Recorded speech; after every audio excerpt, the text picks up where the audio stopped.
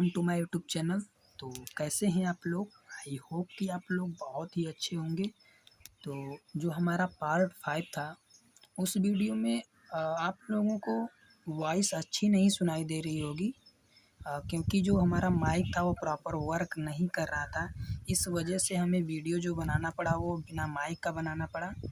तो आप लोग अपने हिसाब से मैनेज कर लीजिएगा। यदि कुछ ना समझ में आए तो आप लोग कमेंट करके पूछ सकते हैं कि हमें ये टॉपिक नहीं समझ में आया, या हमें कोई वर्ड नहीं समझ में आया तो आप लोग पूछ सकते हैं। तो इस वीडियो में हम बात करेंगे जो हमारा पीओसी सेकंड है उसमें जो पार्ट सी दिया हुआ है उसको इस वीडियो में हम लोग कवर करेंगे, यानी कि सब्स्टिट्यूएंट्स के बारे में। और नेक्स्ट जो हमारा पार्ट बचता है डी, उसको हम नेक्स्ट वीडियो में कवर करेंगे, जो कि स्ट्रक्चर है किसका, डीडीटी का, और इसका यूज़ है। तो ये नेक्स्ट वीडियो में आप लोगों को बता देंगे। तो इस वीडियो में हम पार्ट सी को ही कवर करेंगे। तो अब बात करेंगे सब्स्टिट्यूएंट्स क्या होते हैं। तो सब्स्टिट्यूएंट्स इज एन एटम और group of atom that replace hydrogen atom in the benzene and this process is called substitution. तो थोड़ा सा आप लोग यहाँ पे समझिए, जैसे कि हमारा ये नॉर्मल बेंजीन है, तो यहाँ कार्बन के साथ क्या ऐड होते हैं, हाइड्रोजन ऐड होता है। अब यहाँ जो हाइड्रोजन है इसको रिप्लेस करेगा और यहाँ पे क्या ऐड होगा, इलेक्ट्रोफाइल आकर ऐड होगा। अब बोले तो यहाँ पर क्या होगा, CH3 ऐड हो सकता है, Br ऐड हो सकता है, या फ्लोरीन हो सकता है, या क्लोरीन हो सकता है। तो इसमें से जब कोई ग्रुप यहाँ पे एक हाइड्रोजन को रिप्लेस करके ऐड होगा तो वो क्या कहलाएगा, सब्स्टिट्यूएंट। अब इस रिएक्शन को क्या कहेंगे, जब ये इसके साथ जब एक हाइड्रोजन को रिप्लेस करके, जैसे कि बेंजीन के साथ यहाँ पे जब CH3 ऐड हो गया तो ये हमारा क्या कहलाएगा, सब्स्टिट्यूशन रिएक्शन कहलाएगा। तो इतना आप लोगों को समझ में आ गया। अब इसके बाद देखते हैं effect of substituents on reactivity and orientation of mono substituted benzene. यानी कि जो हमारा बेंजीन होता है, यहाँ पे समझिए कि जैसे कि बेंजीन है हमारा, इसके साथ हम कोई ग्रुप ऐड कर दें, जैसे NO2 ऐड कर दें, मोनो। तो जो बेंजीन होता है, जैसे बेंजीन है, अगर बेंजीन से कोई सब्स्टिट्यूएंट्स ऐड हो तो उसके ऐड होने के बाद ओरिएंटेशन और रिएक्टिविटी में क्या इफेक्ट पड़ेगा। तो इतना आप लोग समझ गए। यानी कि जो बेंजीन होता है उसको जब कोई जैसे सब्स्टिट्यूएंट ऐड हो तो उसके ऐड होने के बाद उस बेंजीन पर, यानी कि सब्स्टिट्यूएंट बेंजीन पर, यानी कि उसका ओरिएंटेशन और रिएक्टिविटी में क्या इफेक्ट पड़ता है, तो यही सब देखना है। तो when mono substituted benzene converted into substituted derivative then 3 isomer. देखिए जो बेंजीन होता है ना, साइंटिस्टों ने उसका नाम दिया कि जो यहाँ पे जैसे कि ये बेंजीन हो गया तो इसको हम क्या कहते हैं, इसको आर्थो, मेटा, पैरा। तो इसके 3 नाम होते हैं, एक तो आर्थो, दूसरा मेटा और तीसरा पैरा। इधर भी देखिए ये मेटा ही होगा और ये आर्थो। अब यहाँ पर कोई सब्स्टिट्यूएंट्स ऐड होगा यहाँ पे, तो इतना आप लोग भूलेंगे तो नहीं, इतना आप लोग याद कर लीजिएगा। यानी कि इसको आर्थो कहते हैं, इसको मेटा कहते हैं, इसको पैरा, और फिर यही जो इधर लिखा हुआ है वही इधर लिखा हुआ है। यानी कि मेटा के सामने मेटा ही होगा, आर्थो के सामने आर्थो, यहाँ पे कोई सब्स्टिट्यूएंट्स ऐड होगा। तो उतना समझ में आ गया। तो यही सब कुछ लिखा हुआ है। तो अब देख लेते हैं इसका स्ट्रक्चर कैसा होता है। तो already presence group responsible for orientation and reactivity of mono substituents benzene towards electrophilic substitution reaction। तो यहाँ पे देखिए जैसे कि ये बेंजीन है, अब इसका हम जैसे यहाँ पे कार्बन, तो इसको यहाँ से हम जैसे काउंट करते हैं तो 1 2 3 4 5 6 कार्बन हो गए। अब हाइड्रोजन तो भी ऐड होते हैं ना बेंजीन में कार्बन के साथ, तो यहाँ पे 2 नंबर पे जो होता है कार्बन उसके साथ आर्थो ऐड होता है, यानी कि आर्थो इसको बोलते हैं, और इसको मेटा बोलते हैं 3 नंबर को, और 4 नंबर को पैरा। अब यहाँ जो होता है इसके सामने सामने देखिए यहाँ पे, तो वही लिख देना है, यानी कि आर्थो लिखा हुआ है तो आर्थो, मेटा तो मेटा। तो इतना आप लोग याद रखिएगा। हालांकि आप लोगों को पहले हम बता चुके हैं। तो आप लोगों को ये नोट्स आप लोगों को मिल जाएगा टेलीग्राम ग्रुप पे, या इसके डिस्क्रिप्शन में दे देंगे। तो आप लोगों को टेंशन लेने की कोई बात नहीं है। आप लोगों को नहीं समझ में आया तो कोई बात नहीं, आप लोग नोट्स भी पढ़ लेंगे तो आप लोगों को समझ में आ जाएगा। अब जो सब्स्टिट्यूएंट्स होते हैं वो 2 टाइप के होते हैं। कौन कौन से? एक तो रिंग एक्टिवेटिंग ग्रुप और दूसरा रिंग डीएक्टिवेटिंग ग्रुप। तो ये 2 टाइप के सब्स्टिट्यूएंट्स होते हैं। अब इसको हम अलग अलग डिटेल में देखेंगे, क्या होते हैं रिंग एक्टिवेटिंग ग्रुप और क्या होते हैं रिंग डीएक्टिवेटिंग ग्रुप। एंड अब समझ लेते हैं कि जो रिंग एक्टिवेटिंग ग्रुप है और रिंग डीएक्टिवेटिंग ग्रुप है, इसको थोड़ा थोड़ा समझ लेते हैं। कि जैसे कि रिंग एक्टिवेटिंग है,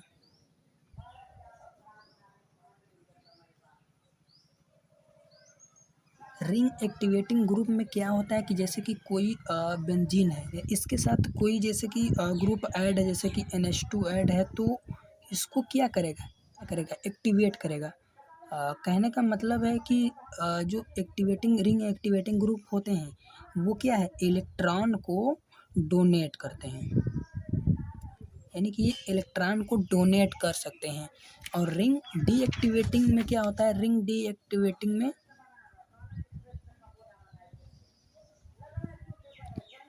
डीएक्टिवेटिंग में होता है क्या है कि ये इलेक्ट्रॉन को विड्रॉ करते हैं। इलेक्ट्रॉन को क्या कर सकते हैं, विड्रॉ कर सकते हैं। विड्रॉ का मतलब समझ रहे हैं ना आप लोग, इलेक्ट्रॉन को अपने तरफ खींचते हैं। तो इतना आप लोग समझ गए। तो अब देखते हैं रिंग एक्टिवेटिंग ग्रुप क्या होता है। वही सारा कुछ लिखा हुआ है।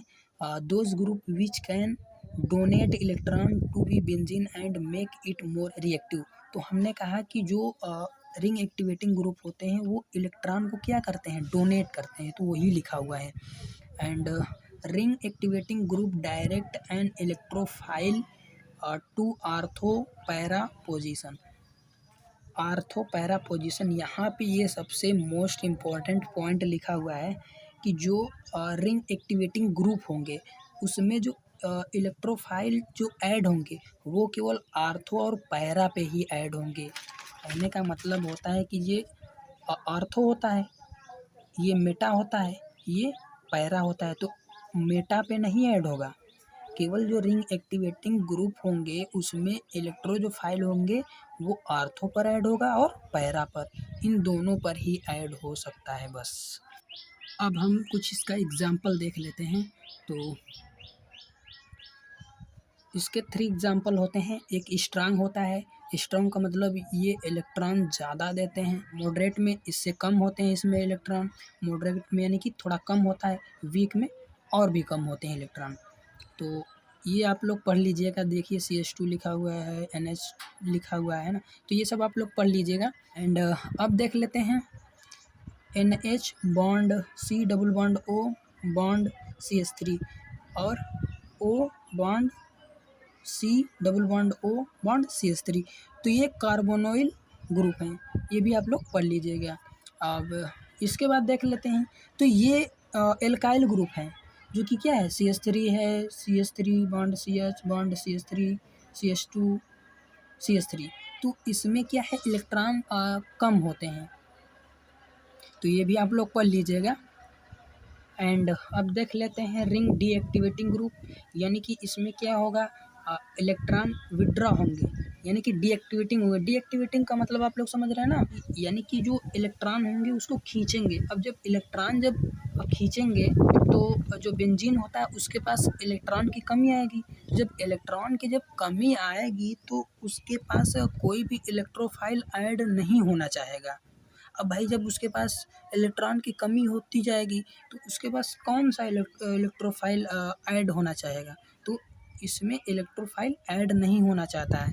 तो इसमें क्या होता है कि जो रिंग एक्टिवेटिंग ग्रुप होता है उसमें इलेक्ट्रोफाइल किस पे ऐड होता है, मेटा पोजीशन पर। तो रिंग डीएक्टिवेटिंग ग्रुप में एक ही पॉइंट होता है कि जो इलेक्ट्रोफाइल होता है वो मेटा पोजीशन पर ऐड होता है। तो अब देख लेते हैं those group which withdraw electron from the benzene and make it less reactive towards electrophile substitution। यानी कि जो इलेक्ट्रॉन होते हैं वो विड्रॉ होते हैं, ठीक है, यानी कि इलेक्ट्रॉन को खींचते हैं, वही सारा लिखा हुआ है इसमें। And ring deactivating group direct an electrophile to meta position. तो इसमें क्या है कि जो रिंग एक्टिवेटिंग ग्रुप होते हैं वो इलेक्ट्रोफाइल कहाँ पे ऐड होते हैं, मेटा पोजीशन पर। अब देख लेते हैं इसका एग्जांपल। तो ये भी 3 टाइप से होता है, एक स्ट्रांग होता है, मॉडरेट होता है, वीक होता है। अब वीक वाले में क्या होता है, इसमें हाइलोजन होते हैं, अभी आप लोगों को बताएंगे। तो देखिए स्ट्रांग में क्या होता है, इसमें प्लस, अब जब प्लस चार्ज जिसके पास होगा वही ना अब जिसके पास प्लस चार्ज होगा वही ना इलेक्ट्रॉन को खींचेगा। तो ये जब इसके पास प्लस चार्ज हो गया तो ये इलेक्ट्रॉन को खींचेगा, तो बेंजीन के पास क्या होगा, इलेक्ट्रॉन की कमी आएगी। और जब कमी आएगी तो कोई भी इलेक्ट्रोफाइल उसके पास ऐड होना नहीं चाहेगा, है ना। तो इसमें देख लेते हैं क्या क्या है। CH2 है, NO2 है, C ट्रिपल बॉन्ड N है, C double bond O bond H है, CO3H है, CCl3 है, CF3 है। अब मॉडरेट में क्या वही सब कुछ है, कार्बोनिल ग्रुप इसमें भी ऐड होते हैं, यानी कि C double bond O bond OH, C double bond O bond O bond CH3, C double bond O bond Cl, C double bond O bond NH2। And इसमें क्या है, इसमें हाइलोजन होते हैं, हाइलोजन को ही कहते हैं ना Cl, F, Bri। तो इसमें आप लोग एक पॉइंट याद रखिएगा, जैसे बेंजीन है तो हाइलोजनेशन की कंडीशन में क्या होगा, हाइलोजनेशन की कंडीशन में होगा ये है कि जैसे कि कोई हाइलोजन ऐड है, वो किस पर ऐड होगा, आर्थो और पैरा पर। अब यहाँ पर तो लिखा हुआ है केवल जो हमारा डीएक्टिवेटिंग ग्रुप होता है वो केवल मेटा पर ही ऐड होता है, लेकिन जब हमारा हाइलोजनेशन की कंडीशन आ जाएगी, हाइलोजनेशन की कंडीशन में क्या होगा, यानी कि Bri और Cl की कंडीशन में जब होगा तो वहाँ पर इलेक्ट्रोफाइल कहाँ कहाँ ऐड होंगे, आर्थो पे, आर्थो और पैरा पे, आर्थो और पैरा पे ऐड होंगे। तो इतना आप लोगों को समझ में आ गया। तो अब इसको एक्चुअल में क्या कहते हैं, एक्चुअल में एक्सेप्शन कहते हैं, एक्सेप्शन। तो इतना आप लोगों को समझ में आ गया। तो ये जो कंडीशन होती है डीएक्टिवेटर की कंडीशन में होता है, यानी कि जब हाइलोजन ऐड होते हैं तब की बात है। एक बार और समझ लीजिए, जब हमारा हाइलोजन की कंडीशन होगा, यानी कि हाइलोजनेशन की कंडीशन में होंगे तो हमारा इलेक्ट्रोफाइल किस पे ऐड होगा, आर्थो और पैरा पे। इसको क्या कहेंगे, एक्सेप्शन की कंडीशन कहेंगे, है ना। तो अब देख लेते हैं effect of substituents on orientation. तो देखिए लिखा हुआ है, the incoming electrophile occupy position in benzene on the basis of already present substituents. तो यहाँ पे समझिए, जैसे कि ये बेंजीन है, यहाँ पर कोई इलेक्ट्रोफाइल ऐड है, ठीक है, तो ये इस कार्बन पर आ सकता है या इस कार्बन पर आ सकता है या इस कार्बन पर आ सकता है। तो यहाँ यहाँ यहाँ यानी कि यहाँ पर आ सकता है हमारा इलेक्ट्रोफाइल। तो ये किसकी वजह से हो रहा है, हमारे सब्स्टिट्यूएंट्स की वजह से हो रहा है, यानी कि इसका इफ़ेक्ट पड़ता है, हमारा जो हमारा सब्स्टिट्यूएंट्स है इसकी वजह से हमारा इफ़ेक्ट पड़ता है। तो ये हमारा जो इलेक्ट्रोफाइल है ये यहाँ आ सकता है, यानी कि यहाँ आ सकता है, कहीं भी आ सकता है। तो ये होता है हमारा ओरिएंटेशन। तो आप लोगों को समझ में आ गया। अब देख लेते हैं, पहला लिखा हुआ है आर्थो पैरा डायरेक्टिंग ग्रुप। अब यहाँ पे देखिए आर्थो एंड पैरा, ये आप लोगों को कुछ समझ में आ रहा है, यानी कि ये हमने अभी आप लोगों को बताए हैं कि जो आर्थो और पैरा होते हैं वह कहाँ पे ऐड होते हैं, एक्टिवेटिंग ग्रुप में। तो आर्थो और पैरा में क्या होता है कि जो बेंजीन होता है उसमें कोई भी इलेक्ट्रोफाइल कहाँ पे ऐड होता है, एक तो आर्थो पर ऐड होगा और दूसरा पैरा पर ऐड होगा, मेटा पर ऐड नहीं होगा। अब जब आर्थो और पैरा पर ऐड होंगे तो इसमें एक और पॉइंट था कि ये इलेक्ट्रॉन को दे सकते हैं, यानी कि इनके पास इलेक्ट्रॉन ज़्यादा होता है। तो वही देख लेते हैं इसका एग्जांपल। यहाँ पे देखिए OH है तो ये इलेक्ट्रॉन को दे सकता है, तो वही यहाँ पे लिखा हुआ है OH, तो ये इलेक्ट्रॉन को दे सकता है। तो देखिए फिनॉल है, ये कौन सा एक्टिवेटिंग ग्रुप है। तो इसके बाद देखिए जो अब हम इसका नाइट्रेशन कराएंगे, जब हम नाइट्रेशन कराएंगे तो जो OH है यानी कि एक्टिवेटिंग ग्रुप की वजह से ये जो NO2 है वो आर्थो पर ऐड होगा। तो इसमें 2 प्रोडक्ट बनेंगे, एक आर्थो नाइट्रोफिनॉल बनेगा और दूसरा जब पैरा पर ऐड होगा तो पैरा नाइट्रोफिनॉल। तो ये 2 प्रोडक्ट हैं जो कि एक आर्थो नाइट्रोफिनॉल पर ऐड होगा NO2 और दूसरा NO2 किस पर ऐड होगा, पैरा नाइट्रोफिनॉल पे। तो ये क्या होगा 53% जो कि मेजर है और 70 एंड 47 जो कि माइनर है। अब ये किसकी वजह से ये आर्थो और पैरा पर ऐड हो रहे हैं, तो ये किसकी वजह से ऐड हो रहे हैं, क्योंकि यहाँ पे क्या जुड़ा हुआ है, एक्टिवेटिंग ग्रुप। तो इतना आप लोगों को समझ में आ गया ना। एंड अब ये जो OH होता है, अब यहाँ पे देखिए ये इलेक्ट्रॉन को दे सकता है, तो ये आर्थो पर भी ऐड हो सकता है और पैरा पर। तो ये आप लोगों को एक शॉर्ट फॉर्म में स्ट्रक्चर आप लोगों को बना के बता दिए हैं, तो आप लोग देख लीजिएगा इसको भी। अब देख लेते हैं मेटा डायरेक्टिंग ग्रुप।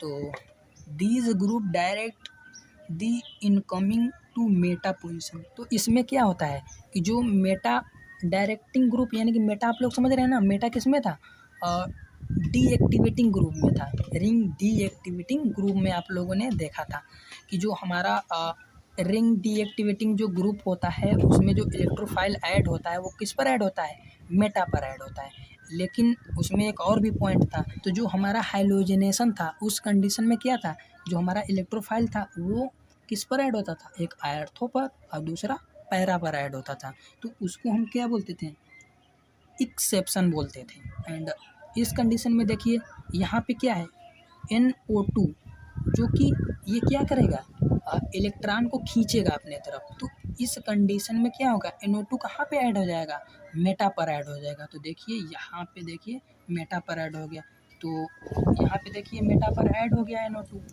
तो ये किसकी वजह से ऐड हुआ है, यानी कि यहाँ पे देखिए डीएक्टिवेटिंग जब ग्रुप ऐड है तो इसकी वजह से ही यहाँ पे मेटा पर ऐड हो गया है। तो ये किसकी वजह से यहाँ पर ऐड हुआ है, ये किसकी वजह से हुआ है, यहाँ पे जो हमारा डीएक्टिवेटिंग ग्रुप जो ऐड है इसकी वजह से हमारा मेटा पोजीशन पे आकर हमारा NO2 ऐड हो गया है। तो ये क्या हो गया, मेटा डाई नाइट्रोबेंजीन, 2 है ना यहाँ पे, तो इसलिए डाई नाइट्रोबेंजीन हो गया। एंड अब देख लेते हैं effect of substituents on reactivity, यानी कि रिएक्टिविटी पर क्या इफ़ेक्ट पड़ेगा। तो देखिए ortho para directing group donates electron to the benzene and make it electron rich, so electrophile can be easily attack. देखिए इसमें क्या है ना कि ये एक्टिवेटिंग ग्रुप में क्या होता था, एक्टिवेटिंग ग्रुप में ये होता था कि ये इलेक्ट्रॉन को जैसे कि यहाँ पे OH ऐड था, जैसे कि एक्टिवेटिंग ग्रुप में क्या था कि जो यहाँ पे कोई जैसे सब्स्टिट्यूएंट्स ऐड था, यानी कि मान लीजिए कि OH ऐड है तो ये इलेक्ट्रॉन को देता था ये OH, है ना। तो यहाँ वही है, इसका तीर जो है नीचे है, यानी कि ये नीचे की तरफ है तो ये इलेक्ट्रॉन को दे रहा है। अब डीएक्टिवेटिंग रिंग में क्या होता था, इलेक्ट्रॉन निकल रहे थे बेंजीन से, यानी कि ये जो कोई भी सब्स्टिट्यूएंट्स ऐड था तो ये इलेक्ट्रॉन को खींचता था, तो इलेक्ट्रॉन इसमें कमी आती थी, यानी कि इलेक्ट्रॉन विड्रॉ हो रहे थे, इलेक्ट्रॉनों की कमी हो रही थी।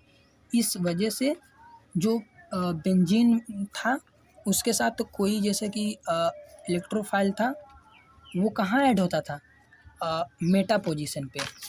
तो यहाँ पे वही सब लिखा हुआ है, Meta directing group withdraw the electron from benzene and make if electron efficient, so benzene can not undergo electrophile substituents reaction easily, है ना। सब वही लिखा हुआ है। तो इसका एग्जांपल देख लेते हैं, NO2 है, CO3H है, COOH है, C डबल बॉन्ड O है, ETC।